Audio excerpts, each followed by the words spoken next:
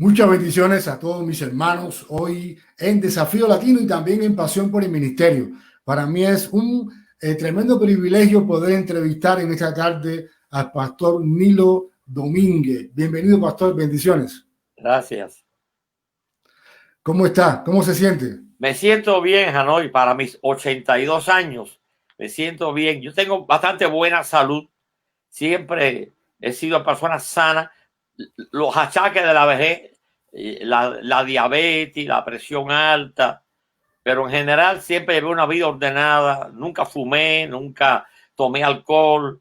En fin, todo eso me libró de enfermedades. Tuve las enfermedades normales que tiene cualquier muchacho. Las paperas, eso de la piel que le llaman aquí, allá decíamos la china, la varicela. La varicela. Y una vez que tuve un accidente que me caí de una bicicleta en La Habana, me fracturé la rótula, hubo que operarme, pero eso son cosas normales que le pasa a cualquiera. Y ahora recientemente, en junio de este año, me caí en la calle, tuve un accidente aquí, me caí, estaba lloviznando, resbalé y me caí y hubo que operarme, pero nada, Dios usó todo aquello para predicar el evangelio allí en el hospital. Porque Dios es maravilloso. Amén. Sí, bueno, yo sé que algunos cubanos van a estar, por supuesto, están conectados en esta hora y bueno, muchos van a conocer al pastor Nilo, pero también conozco y sé que van a haber hermanos de, sobre todo Perú y de otras partes del mundo que van a estar viendo esta transmisión.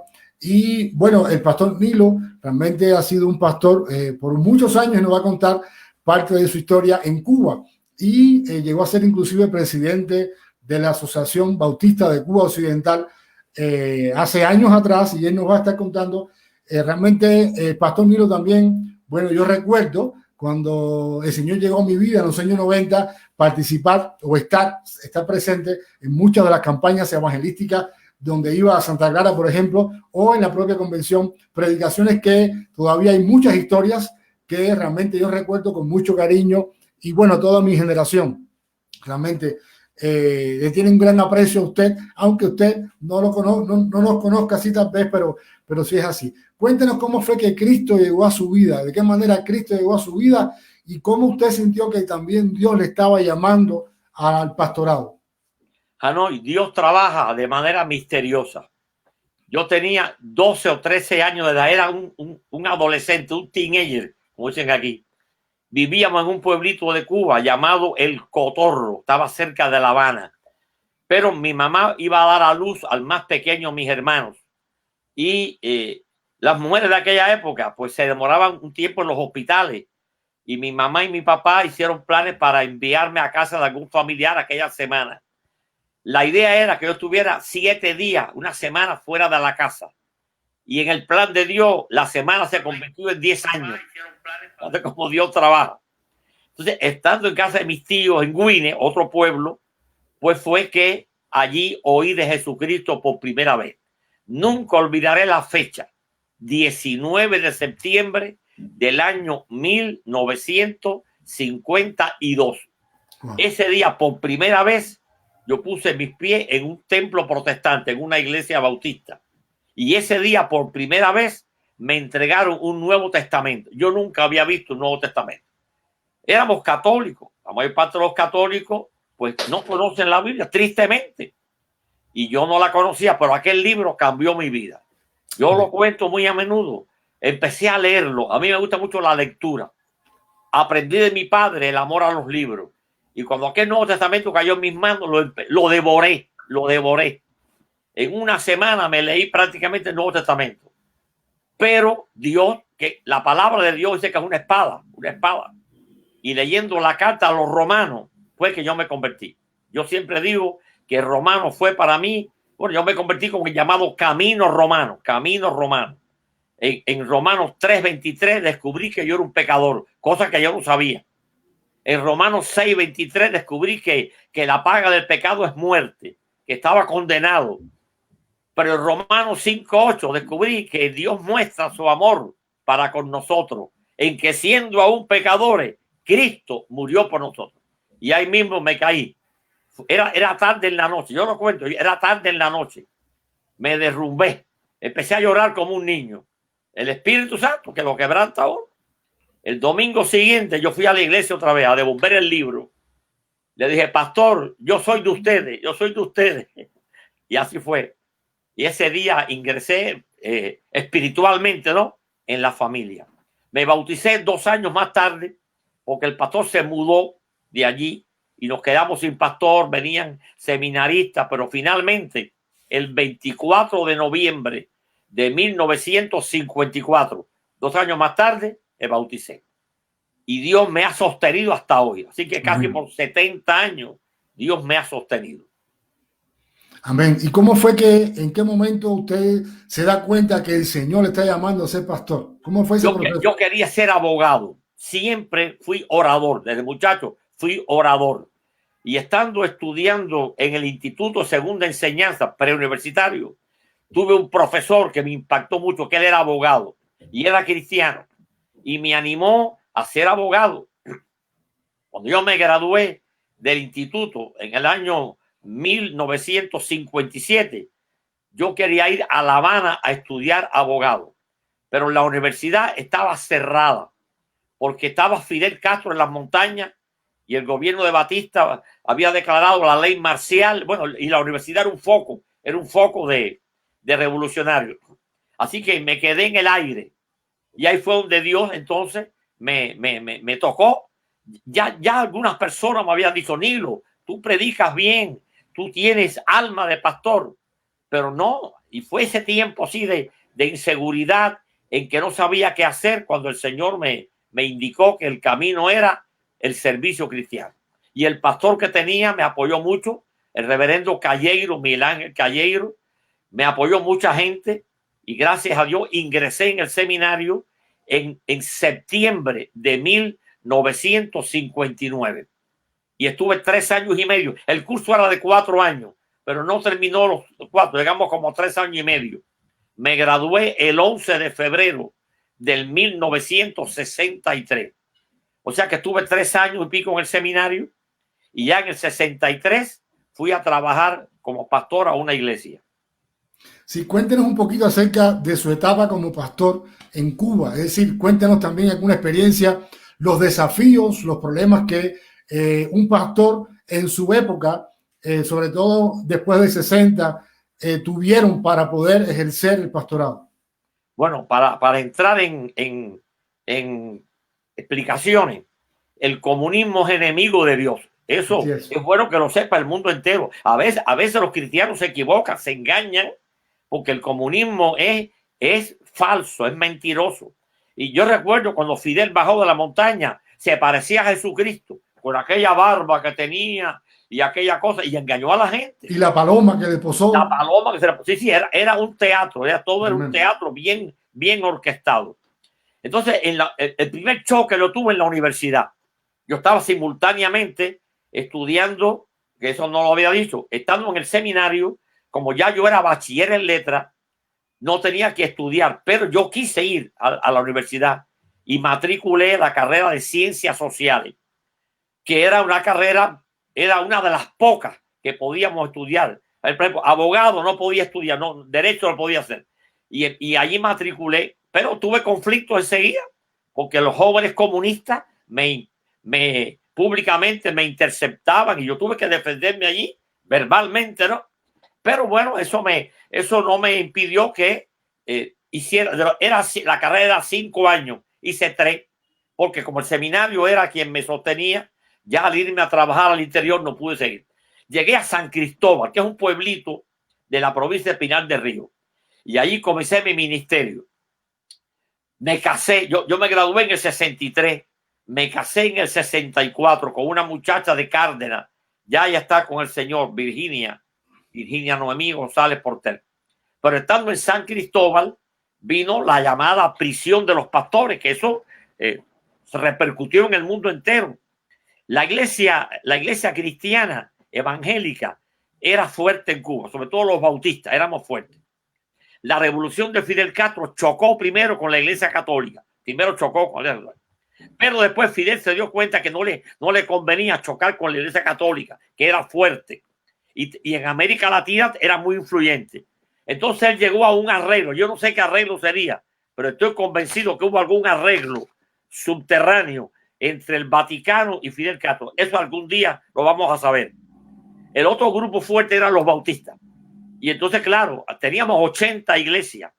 Había casi 100 obreros, porque había algunos pastores que no estaban trabajando como pastores, sino en ciertos trabajos. El seminario estaba lleno, 40 estudiantes. Pero había que hacer algo. Y había dos misioneros norteamericanos, el doctor Herbert Cody, que era el rector del seminario, y un yerno de él llamado David Fite.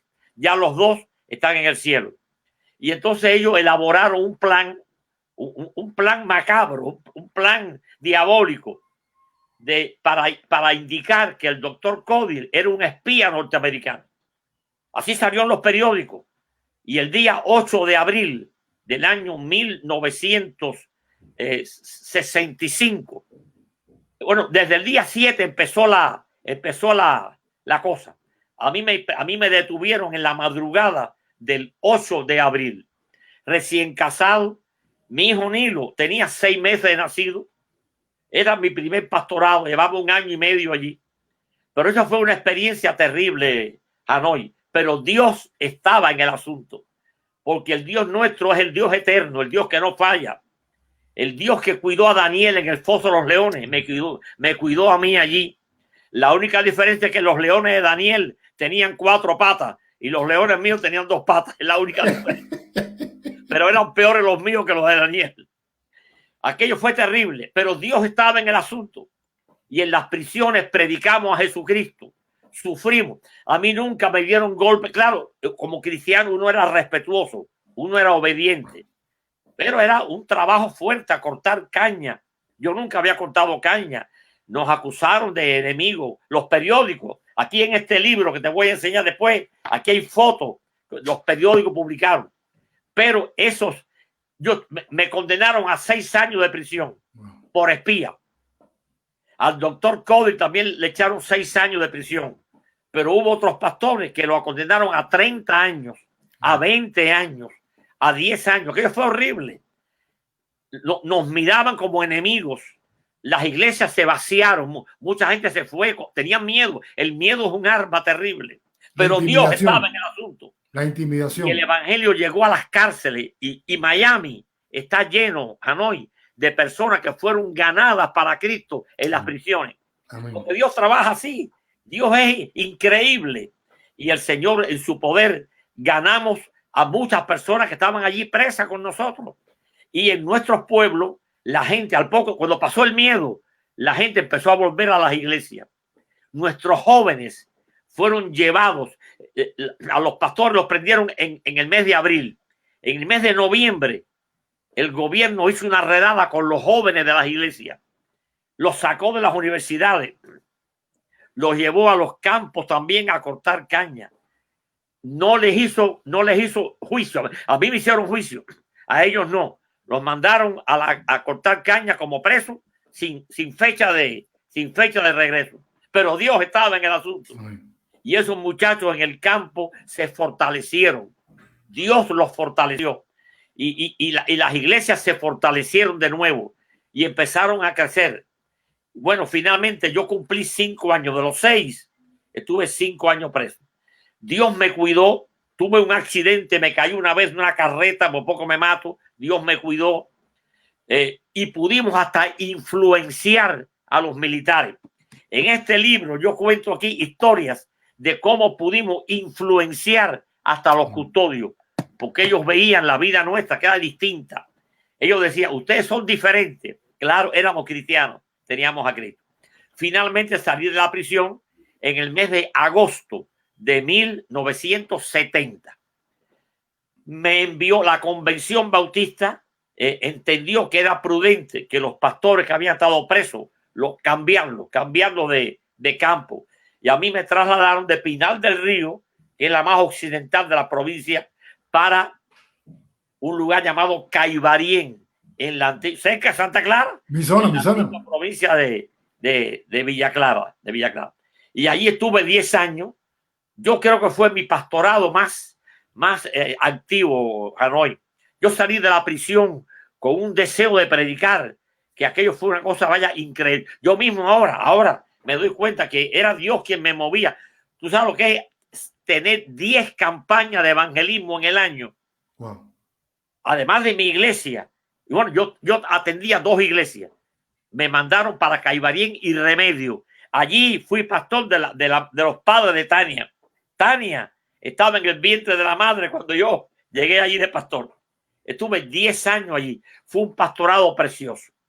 En esos 10 años bauticé 200 personas. Fue una cosa preciosa. Organizamos la segunda iglesia del pueblo en una barriada. Y ayudamos a reconstruir una capilla que teníamos en un campo llamado Dolores. Fueron 10 años preciosos allí.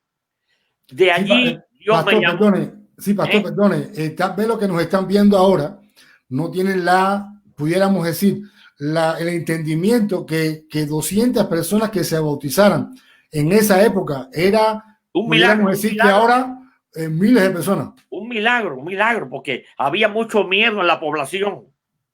Por ejemplo, si tú no eras comunista o simpatizabas con el comunismo, te quitaban el trabajo. A los muchachos tuyos en la escuela no los trataban bien. Había temor, pero el Espíritu Santo echa fuera el temor. Y empezamos a trabajar. No, en aquella época era un milagro eso sí, por eso estoy diciendo para que... 10 años. Hubo años en que bautizamos 10, otros 20, en fin. Pero la iglesia fue creciendo. Después de ahí me trasladaron. Bueno, ya yo de ahí en adelante me trasladé yo mismo. Cuando el Señor me indicó otra iglesia, Cruces, que estaba cerca de Remedio, cerca de Cienfuegos. En Cruces había ocurrido algo, Hanoi, único en la historia. Un pastor que vino para acá le entregó la llave de la casa a las autoridades, la casa pastoral. En Cuba las casas pastorales estaban siempre al lado del templo. Y ese hombre nervioso, no sé, se asustó y la llave de la casa se le entregó a las autoridades. Al otro día se había mudado para allí el secretario del partido municipal.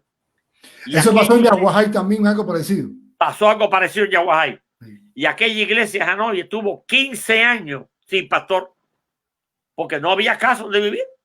2 pastores trataron de vivir, no tenían dónde, tenían que dormir en un cuartico. Pero al fin y al cabo Dios obró y la casa la devolvieron. Y entonces ellos me invitaron a mí a ser pastor. Estuve otros 10 años allí también.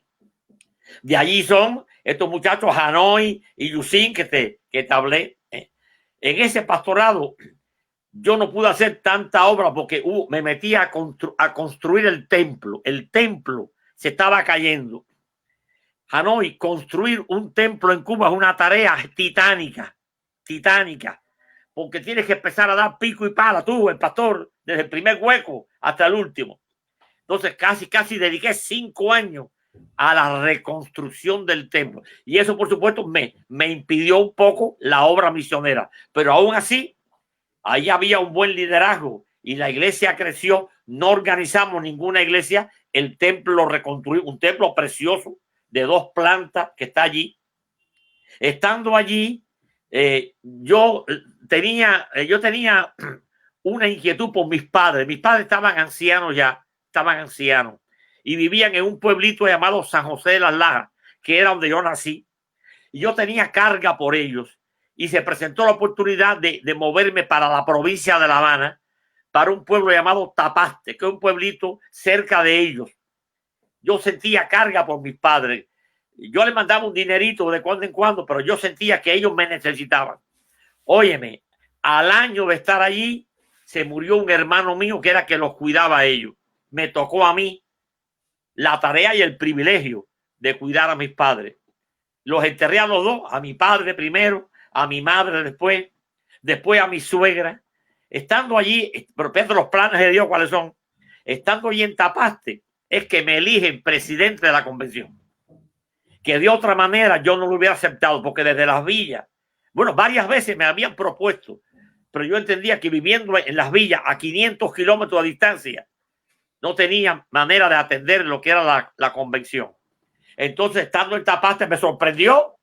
En una elección que hubo, me eligieron presidente. Y ahora yo me di cuenta cómo Dios fue moviendo para que yo fuera tapaste. Y entonces, claro, ya pude ayudar a mis padres, los enterré a los dos y asumir la presidencia, que era un trabajo muy fuerte. Ahí me ayudó tu pastor, el hermano Homero Carbonet, un hombre muy valioso. Él está ahora enfermo. Y también desde allí pude atender el Seminario Bautista de La Habana.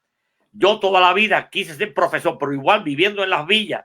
Pero al acercarme a La Habana, pues pude trabajar y pude servir 15 años en el seminario, di educación religiosa, di misiones, en fin.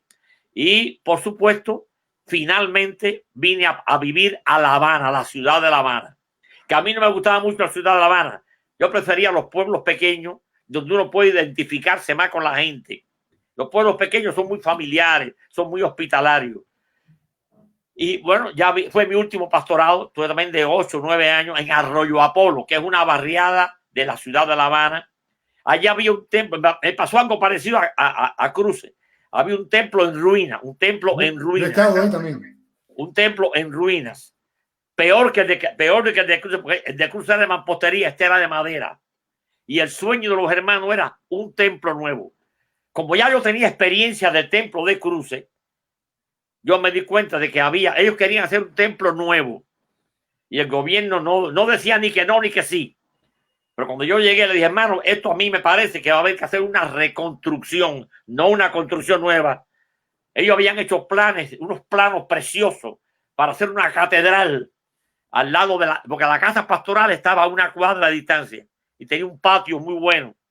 Pero en cuanto, todo eso yo lo explico aquí en este libro. Cuando fuimos a ver a las autoridades, yo me acompañé de 3 diáconos. Ella nos dijo así bien clarito, pastor Nilo, no le vamos a dar permiso para un templo nuevo. Pero, ¿por qué no hacen una reconstrucción? Lo mismo que yo le había dicho a los hermanos. Botamos los planos aquellos, hicimos planos nuevos y empezamos a luchar. Una batalla peor que la que tuvimos en Cruces, porque en Cruces había 2 ventajas que no tenía en La Habana. En Cruces casi todos los materiales me lo vendieron en moneda nacional. En La Habana todo era en dólares. El gobierno de La Habana ya habían pasado 10 años. 10 años no, habían pasado 15 años de un templo al otro. Y estaba el llamado periodo especial. No sé si hoy estoy hablando de lo que en Cuba era el periodo especial. Y entonces empezamos a hacer los planos y empezamos a luchar con ese edificio. Nos metimos 5 años haciendo el edificio, pero quedó precioso. Sí, de 3 plantas. Sí, es el edificio más hermoso de la barriada. Allí tuvimos un accidente, se nos electrocutó un trabajador. Una cosa horrible. Estábamos echando el piso de granito con unas máquinas de esa pulidora y se nos electrocutó. Bueno, fue uno de los muchos accidentes que tuvimos, porque en una construcción siempre hay heridos y cosas de esas. Pero Dios nos cuidó y hoy es uno de los templos más preciosos de Cuba.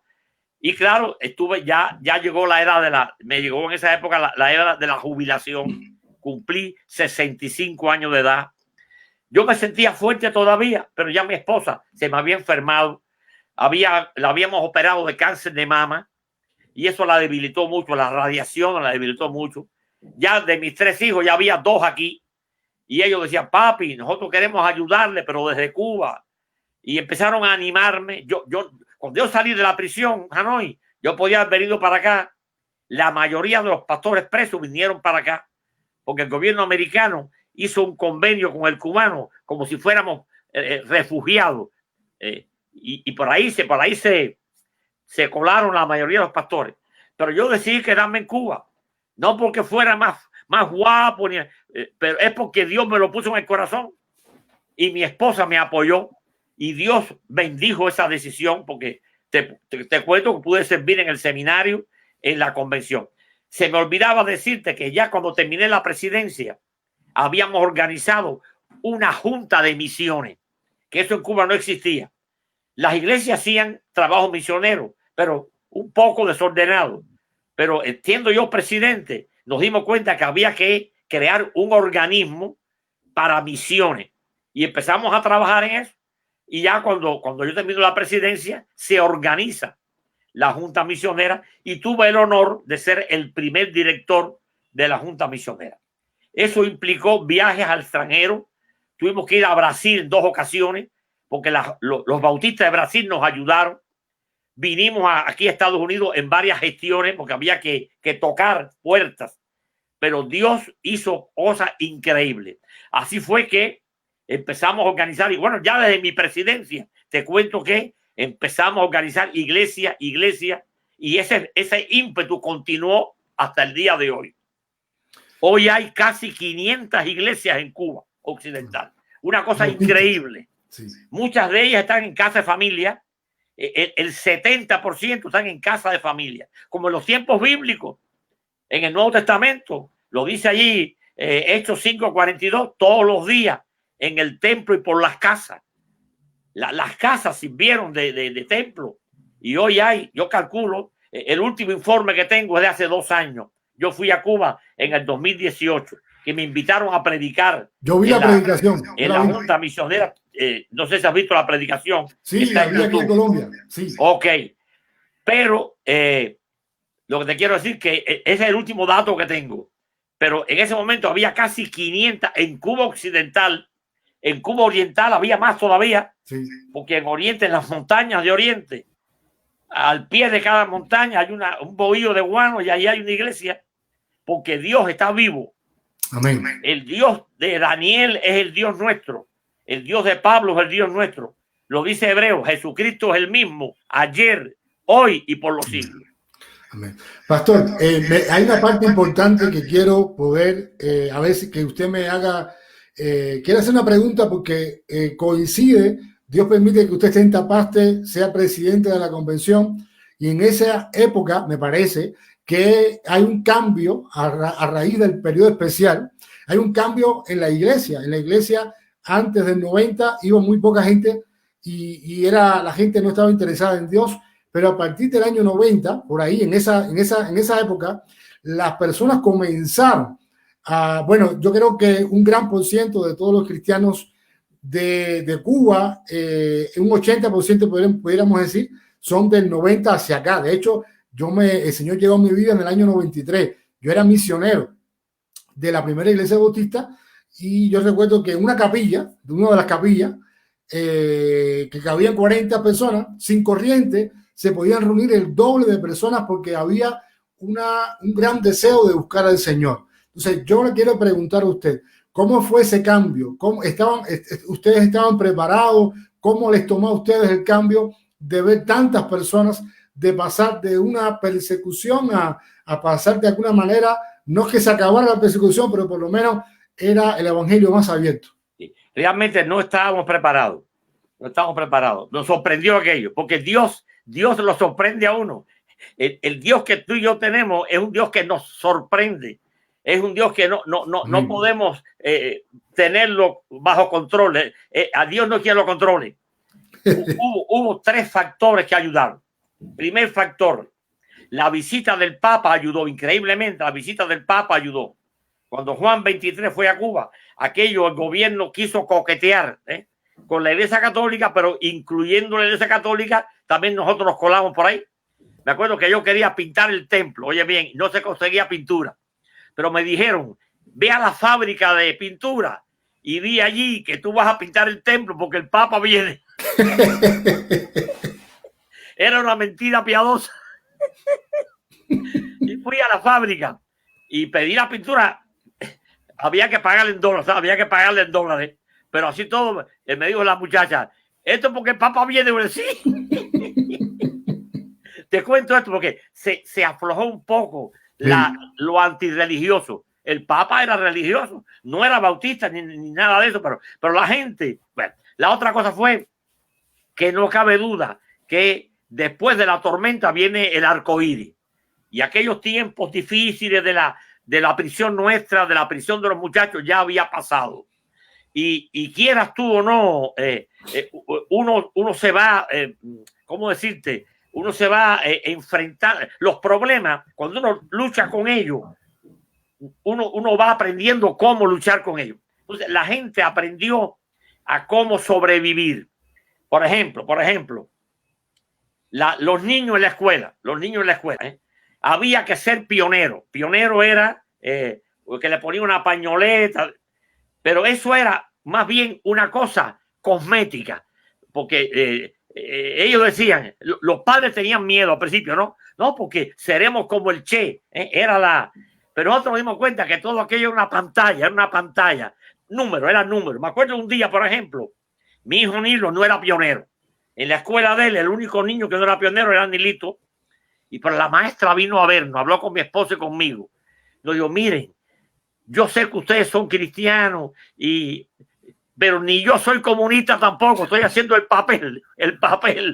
Y lo que queremos es que todos los muchachos tengan la pañoleta para poder ganar la emulación. Había una emulación con otra escuela. O sea, uno se da cuenta que había, como dice alguien, más rollo que película, más rollo que película. Porque el ser humano es así. Y mucha gente, los comités de defensa, por ejemplo, al principio teníamos miedo todo el mundo porque el comité era para adelante. Pero cuando venimos a ver el mismo comité, empezamos a ganar la gente del comité. Por ejemplo, ahí en Cruce, la señora del comité la ganamos para Cristo. Después en Arroyo Apolo, la mujer del comité la ganamos para Cristo. Porque el poder del evangelio es extraordinario. Y claro, y también los jóvenes, muchos jóvenes. Ahora cuando yo fui a Cuba, en Hanoi, los templos llenos de jóvenes. La juventud es rebelde. Y ellos se empezaron a dar cuenta de que era una gran mentira. También influyó mucho en la comunidad. Empezaron los viajes de mucha gente que vino para acá, que regresaban a Cuba y llevaban cosas. Había un dicharacho popular que Fidel le llamaba gusano a los que venían. La gente decía, el gusano se volvió mariposa. ¿Sabes qué? La metamorfosis del gusano, porque esa gente que venía para acá regresaba a Cuba llena de cosas y la familia, ¿no? O sea que varios factores, pero el gran factor es el poder del Señor. Amén. Que con ese no hay quien pueda, Hanoi. Seguro. Y lo hemos visto a través de la historia. En Rusia, China, sí, en China hay más cristianos que en Estados Unidos. La iglesia subterránea, la underground church, pero Dios es el Dios todopoderoso, Hanoi. Amén. El vencedor, el de ayer, de hoy, es Jesucristo. Y los imperios pasarán, y pasarán los reyes y los emperadores, pero Jesucristo permanece. Amén. Sí, amén. Sí, que realmente fue una etapa muy bonita. Yo pienso que ahora la iglesia cubana está viviendo otra etapa. La iglesia de jóvenes, porque se han decepcionado. El internet ha ayudado mucho. Ellos están mirando algo que pasa en el mundo entero.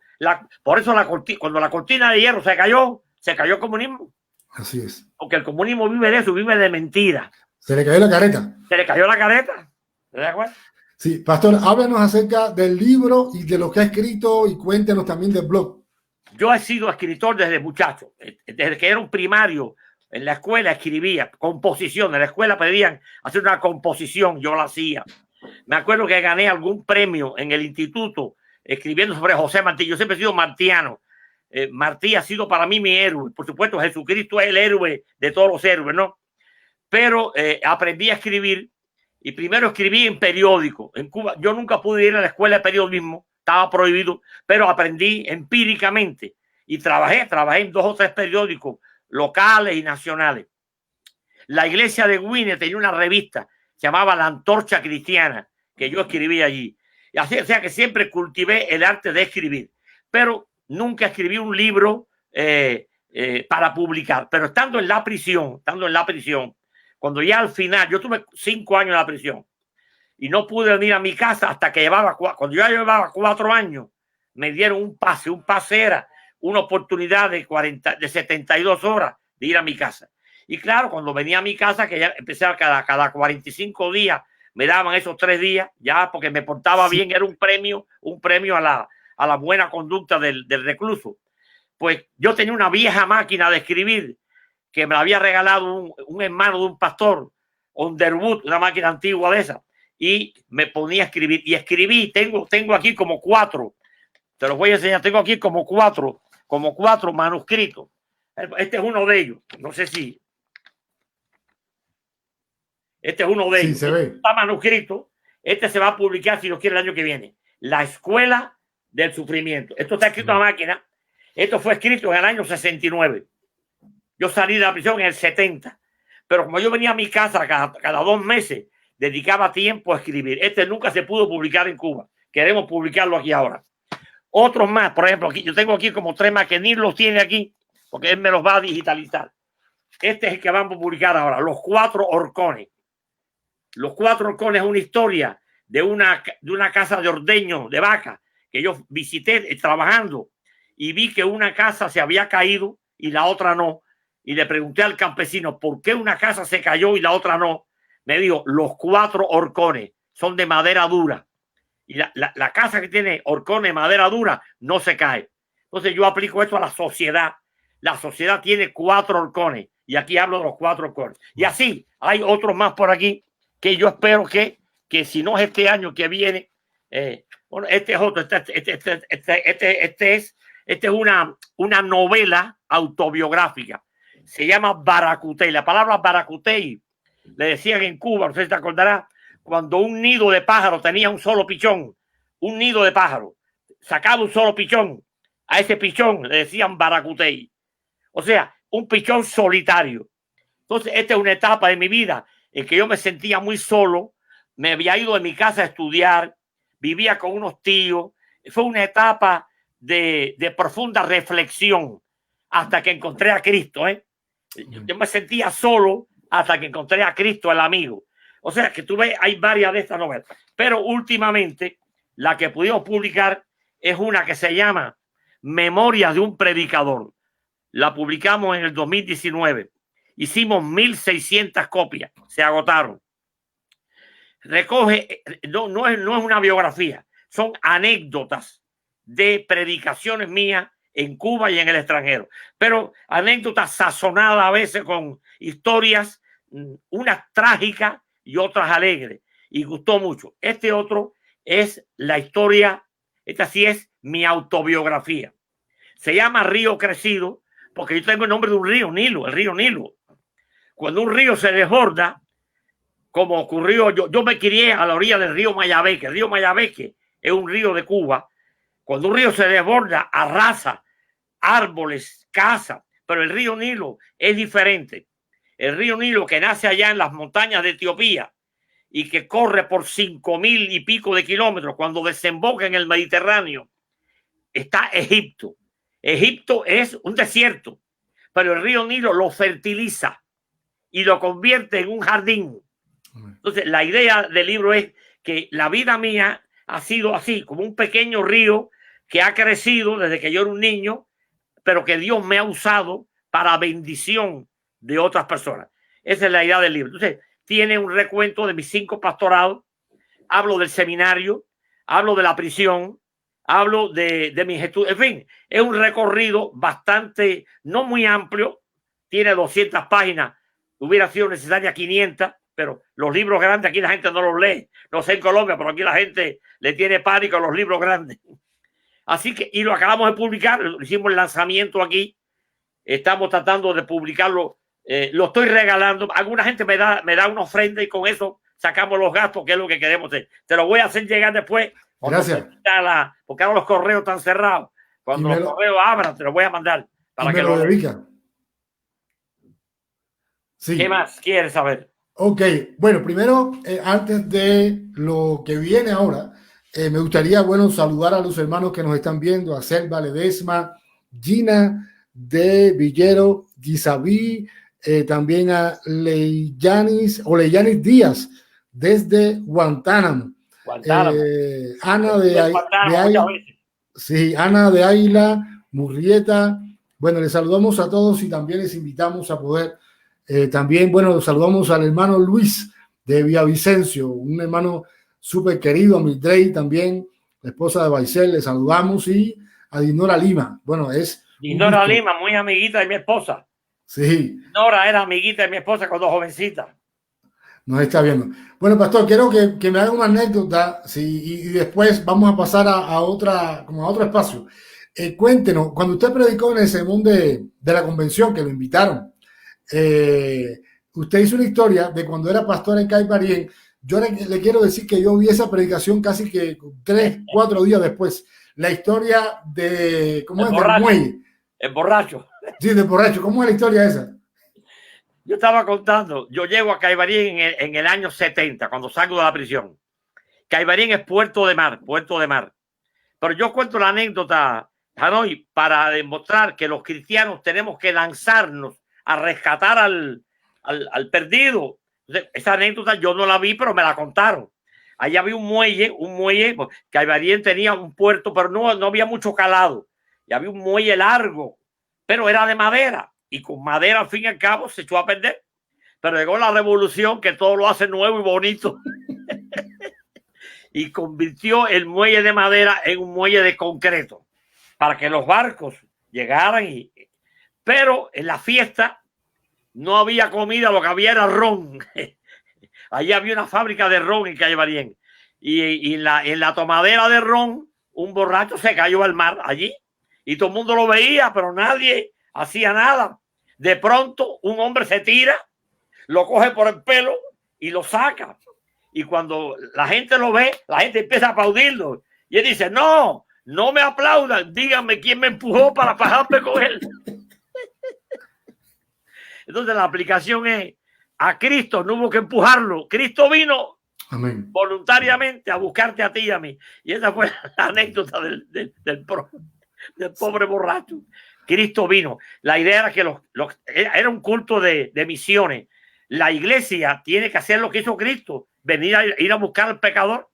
Y claro, esa es la tarea de todo creyente, porque el diablo nos ha hecho creer, ya no, que eso es tarea de pastor y evangelista. No, la gran comisión fue dada a todo creyente. Y predicar el evangelio es la orden de marcha de los cristianos.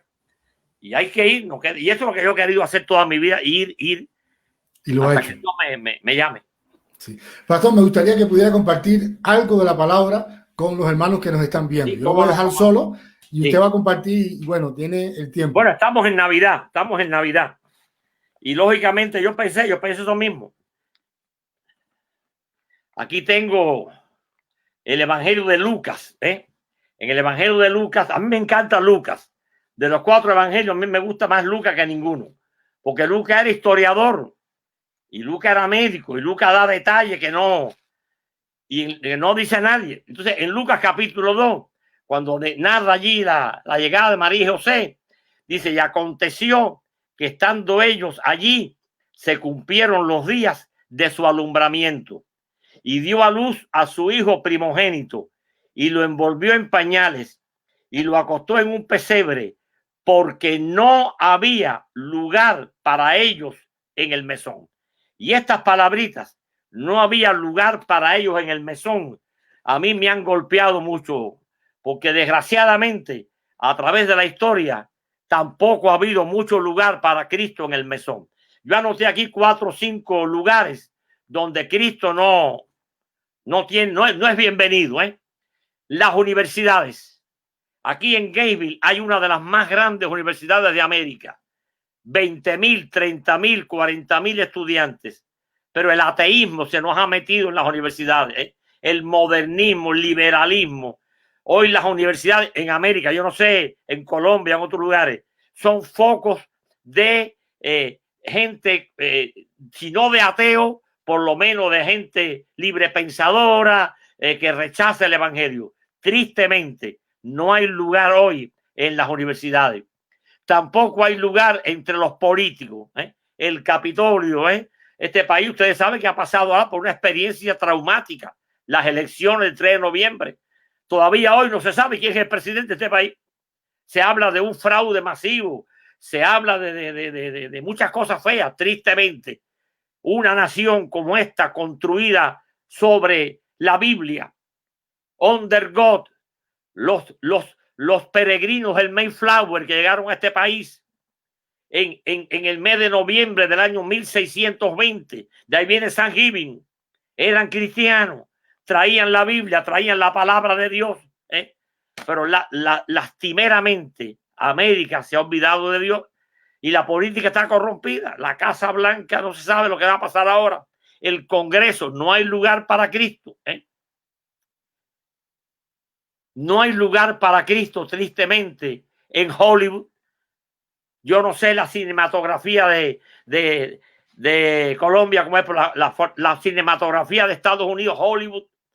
Todas son películas de doble sentido, de sexo, de violencia.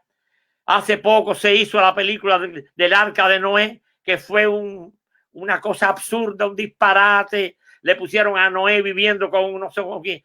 O sea que el cine no tiene lugar para Cristo. No hay lugar para Cristo en las redes sociales. Las redes sociales, tú ves lo que la gente pone ahí, bobería, grosería.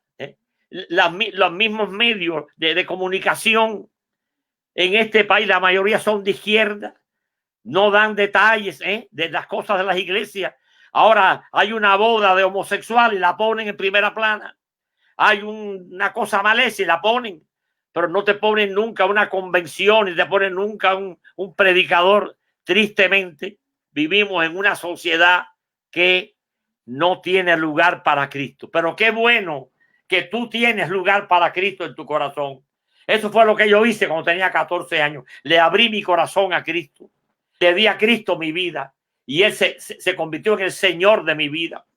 Y eso es lo que necesitamos, hermanos. Hombres y mujeres comprometidos con Dios. Hombres y mujeres que hayan nacido de nuevo. Nuestras iglesias están llenas de gente inconversa, mis hermanos. Es triste decirlo, pero las iglesias no hacen evangelismo. Crecemos de manera cíclica. Los hijos de los miembros que van creciendo en las iglesias o la gente convertida que viene de otros países. Es una especie de reciclaje espiritual. No. Necesitamos que Cristo sea el Señor de tu vida. Yo le di mi vida a Cristo a los 14 años y tengo 82. Y eso es lo que te invito a hacer, hermano que me estás viendo, amigo que me estás viendo. Que Cristo encuentre un lugar en tu corazón. En Belén, en el mesón no había lugar, pero en tu corazón y en el mío sí hay lugar para Cristo. Que Dios te bendiga y que estas Navidades sean un tiempo para darle gloria a Dios. Aquí por todas partes vemos símbolos navideños. El viejo de la barba blanca, Papá Noel. Cuesta trabajo ver un adorno de Navidad típico del pesebre. Hemos borrado al pesebre, hemos borrado a los Reyes Magos, tenemos a Santa Claus, tenemos a los venados. Cristo tiene que estar presente en la vida diaria del cristiano, mis hermanos. No podemos ser cristianos apartheid, no podemos ser cristianos el domingo y diabólicos el lunes. Necesitamos un cristianismo vivo, un cristianismo activo. Necesitamos hombres y mujeres rendidos incondicionalmente a Cristo. Esa es la gran necesidad de la iglesia en Colombia y aquí en todas partes, mis hermanos. Que Dios te bendiga, hermano, que me estás mirando, y que tú tengas el coraje y el valor de decirle al mundo que Cristo vive y reina en tu corazón. Que Dios te bendiga.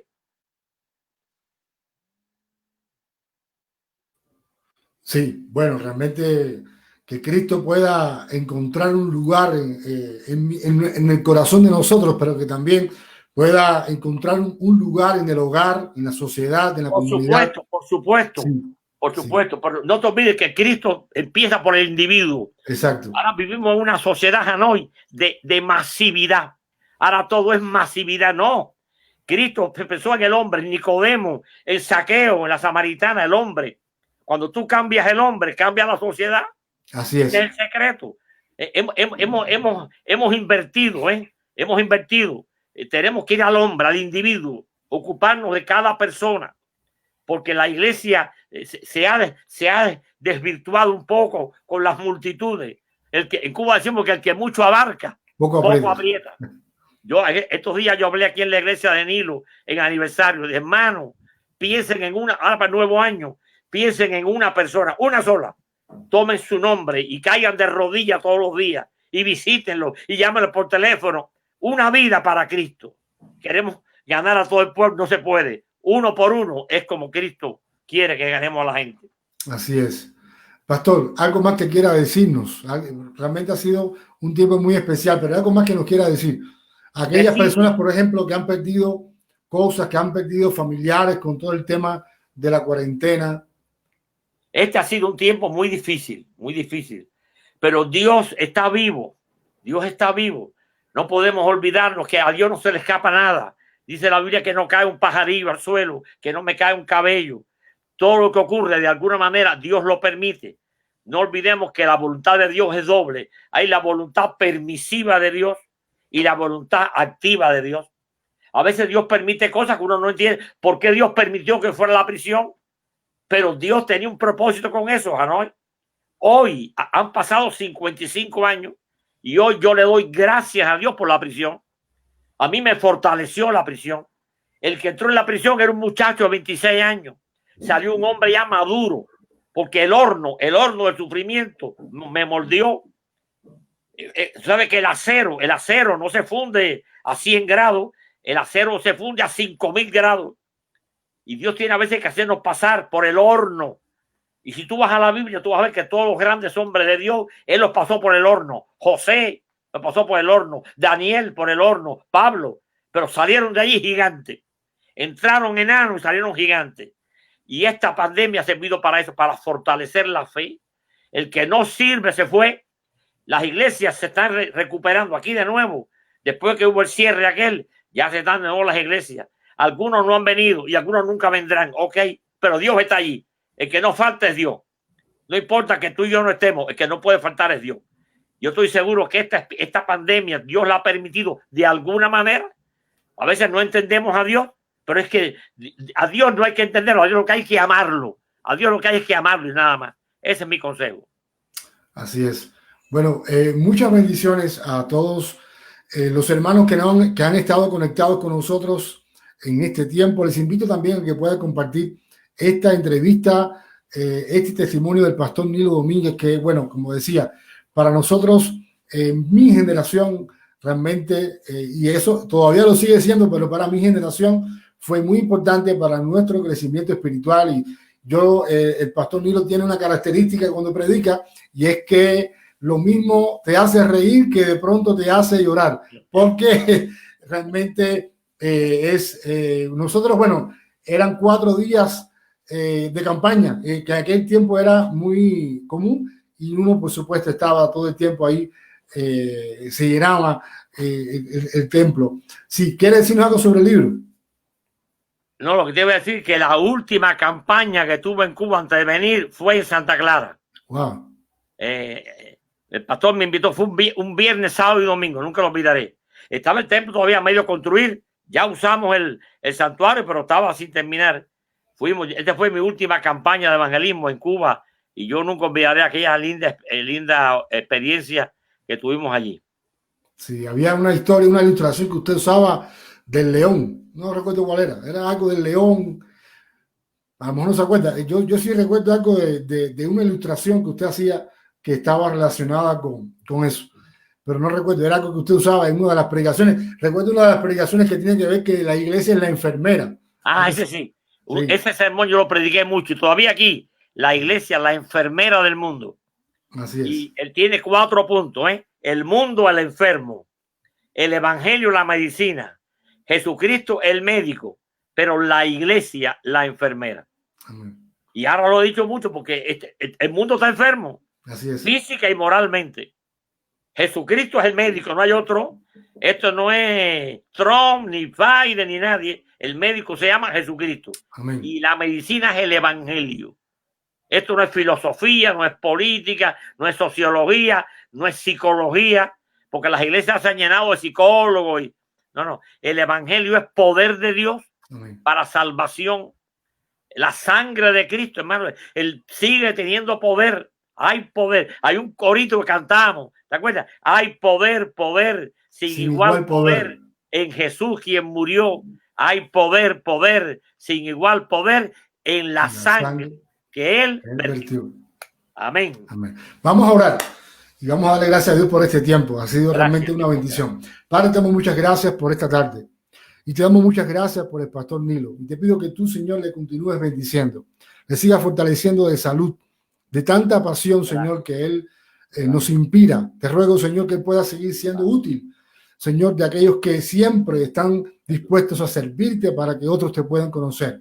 Sigue abriendo puertas, Señor, no solamente para que pueda escribir, sino que para que también, Señor, él pueda continuar predicando tu palabra, Señor, en muchos lugares donde todavía Jesucristo Tú, Señor, necesitas hallar un lugar. Gracias porque, Señor, ha sido un tiempo de mucha bendición. Y te rogamos, Señor, todo esto, Señor, muy agradecidos en el nombre de Jesús. Amén y amén. Amén y amén. Dios te bendiga mucho. Igual, bendiciones. Y adelante. Y saludos a todos. Sin Sí. temor alguno, que Jesús Jesús nos ve. Amén. Amén. Gracias, Hanoi.